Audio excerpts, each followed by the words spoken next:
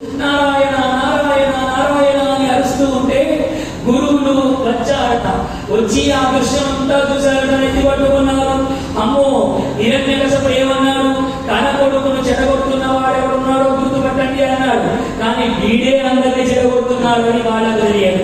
కాబట్టి తా చెట్ల కోది మన వల్ల చెరచెనన్నట్టు వీడే ఈ అక్షర బాలకులందరి మనసులో హరినామ సంకీర్తన నింపేస్తున్నాడని, ఇంకా లాభం లేదని అనుకున్నాడు. ఈ పిల్లవాడిని తీసుకొని, అయ్యా హిరణ్యకశిపా పాహిమాం పాహిమాం రక్షమాం రక్షమాం అని ప్రహ్లాదుని తీసుకువెళ్ళి హిరణ్యకశిపుడి ముందు ప్రవేశపెట్టారట. హిరణ్యకశిపా, ఇన్ని రోజులు అడిగావే ఎవరు వీరికి హరినామ సంకీర్తన నేర్పుతున్నారని. వీడే అందరికీ నేర్పుతున్నారయ్యా. ఆశ్రమం అంతా హరినామ సంకీర్తనతో మారిపోగిపోయింది. నారాయణుని మంత్రం అంటున్నారు, జపమంటున్నారు. పిల్లలందరూ మారిపోయారు. హిరణ్యకశిపా అని ఎప్పుడైతే చెప్పాడో హిరణ్యకశిపుడికి ఇంకా కోపం పెరిగిపోయిందట. ఎప్పుడైతే కోపం పెరిగిపోయిందో ఒక కనుబొమ్మను ఇలా పైకెత్తి, ప్రహ్లాదా, ఎవడిని చూసుకొనిరా నీకింత ధైర్యము? ఎవడురా నీకు బలము? ఇంత ధైర్యంగా నీకు శిక్షను వేస్తున్నా నీవు కనీసము ఇసుమంతైనా భయం లేకుండా ఎవడి అంట చూసుకొని రా నీకు ఇంత భయం లేదము అని చెప్పగానే ప్రహ్లాదుడు పలికాట, బలయుతులకు దుర్బలులకు. తండ్రి తండ్రి తండ్రి నాన్న, బలయుతులకు దుర్బలులకు బలమెవ్వడు నీకు నాకు బ్రహ్మాదులను, బలమెవ్వండు ప్రాణులకు బలమెవ్వండు ప్రాణులకును బలమెవ్వండు విభుడు బలమసురేంద్ర బలమసురేంద్ర.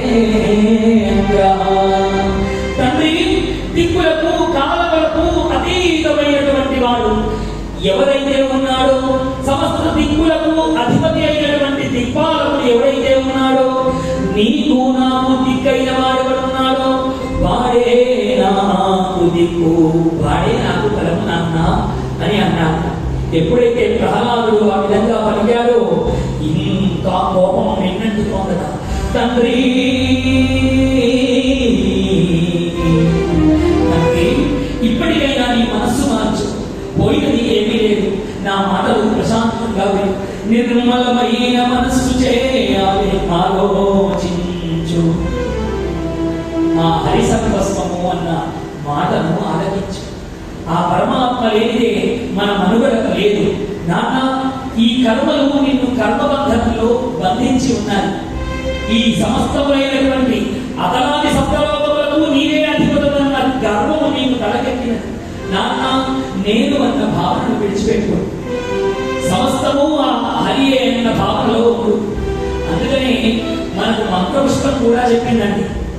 ఓం తద్బ్రహ్మ ఓం తద్వాయు ఓం తదాత్మ ఓం తత్సత్యం ఓం తత్సర్వం అన్నది. అంటే ఓంకారం అంటే పరమాత్మ, ఓం తత్సర్వం అని చెప్పింది. మనం పరమాత్మ సమస్తములైనటువంటి ప్రాణులలో నిండి నిబిడీకృతమై ఉన్నాడు. అన్న, ఈ సమస్త ప్రాణులలో ఉన్నటువంటి ఆ పరమాత్మ తత్వాన్ని తెలుసు. ఇప్పటికైనా నీ మనసు మార్చుకో అని ఈ విధంగా చెబుతూ ఉంటే ప్రహ్లాదుడి మాటలు మాత్రం హిరణ్యకశిపుడికి రుచించలేదట. పైగా కోపాన్ని తెప్పిస్తూ ఉన్నాయట. దురాత్ముడా ప్రహ్లాద, నీకు ఎవరిని చూసి నీవు ఇంత విరవీగుతున్నావో నీకు ఇప్పుడు నేను బుద్ధి చెప్తాను ప్రహ్లాద. నీవు చావుకు కూడా తెగించి ఉన్నావు. అందుకని నీకు భయం లేదు ప్రహ్లాద.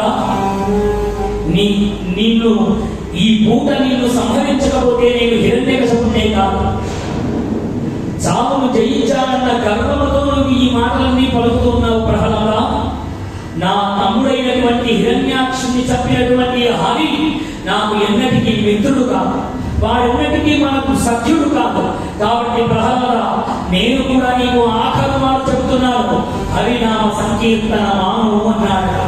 ఎప్పుడైతే ఆ విధంగా చెప్పాడో ప్రహ్లాదుడు ససేమిరా అన్నాడు. ఎన్ని మార్లు చెప్పినా, ఎన్ని రకాల చెప్పి చూసినా ప్రహ్లాదుడు మాత్రం ఆ మాటలకు ఒప్పుకోలేదట.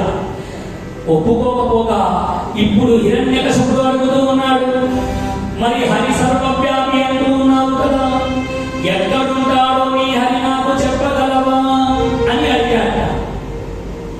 ఇన్ని రోజులు హరినామం అంటేనే నీ తోరుస్తానుగా అన్న తండ్రి హరి అడ్రస్ అడిగేటప్పటికి పొంగిపోతున్నాడు ప్రహ్లాదుడు. అమ్మ, ఇప్పటికైనా మా నాన్నలో మార్పు వచ్చింది. మా నాన్న అడుగుతూ ఉన్నాడు హరి ఎక్కడుంటాడు అని. ప్రహ్లాదుడు తండ్రి అజ్ఞానానికి నమ్ముకొని నాన్నకు హరి గురించి చెప్పే అవకాశం కలిగిందని అద్భుతమైనటువంటి సమాధానం చెబుతూ ఉన్నాడు. ఈ సమాధానం పోతనామాత్యుడు తేనెలో ఉంచిన గంటము చేత ఆ హరి ఎక్కడెక్కడుంటాడో అజ్ఞానులైన భక్తులందరికీ తెలియజేస్తూ ఉన్నాడు. జై గోపాల కృష్ణ భగవానికి.